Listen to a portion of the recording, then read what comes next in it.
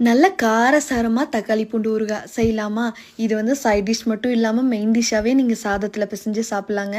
கடாய் நல்லா சூடானதும் 1 table spoon கடுகு, 1 டேபிள் ஸ்பூன் வெந்தயம் சேர்த்தி நல்லா இந்த மாரி பொரிஞ்சு வர்ற மாரி வறுத்து எடுத்துக்கலாம். இத வந்து மிக்ஸி ஜார்லயோ இல்ல இந்த மாரி கல்லுலயோ சேர்த்தி கொரகொரன்னு பவுடர் பண்ணி எடுத்துக்கோங்கங்க.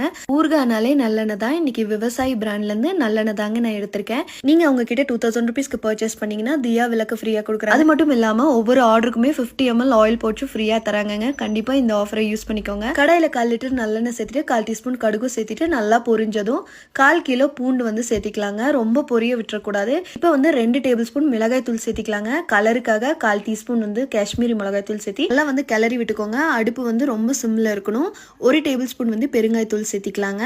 இப்போ வந்து 3 தக்காளி வந்து நல்லா பேஸ்டா அரைச்சி சேர்த்திக்கலாம். 1 டேபிள் ஸ்பூன் கல்லுப்பு சேர்த்தி இதை வந்து நல்லா வணக்கி விட்டுக்கலாம். தக்காளி கொஞ்சம் வணங்கினதும் 50 ml வினிகர் வந்து சேர்த்திக்கலாங்க. இது வந்து ஆப்ஷனல் தான். ஆனால் வினிகர் சேர்த்திங்கன்னா ரொம்ப நாள் கெட்டு போகாம வச்சு சாப்பிடலாம். எண்ணெய் நல்லா பிரிஞ்சு வந்ததும் ஸ்டார்டிங்ல பொடிச்சு வச்சோம்ல கடுகு வெந்தய பொடி அதையும் சேர்த்தி கிளறி ஆஃப் பண்ணி எடுத்துக்கோங்க. அவ்வளோதான், சூப்பரான தக்காளி பூண்டு ஊறுகாய் ரெடி. கண்டிப்பாக ட்ரை பண்ணி பாருங்க. 1 மாசம்னா கூட கெட்டு போகாது.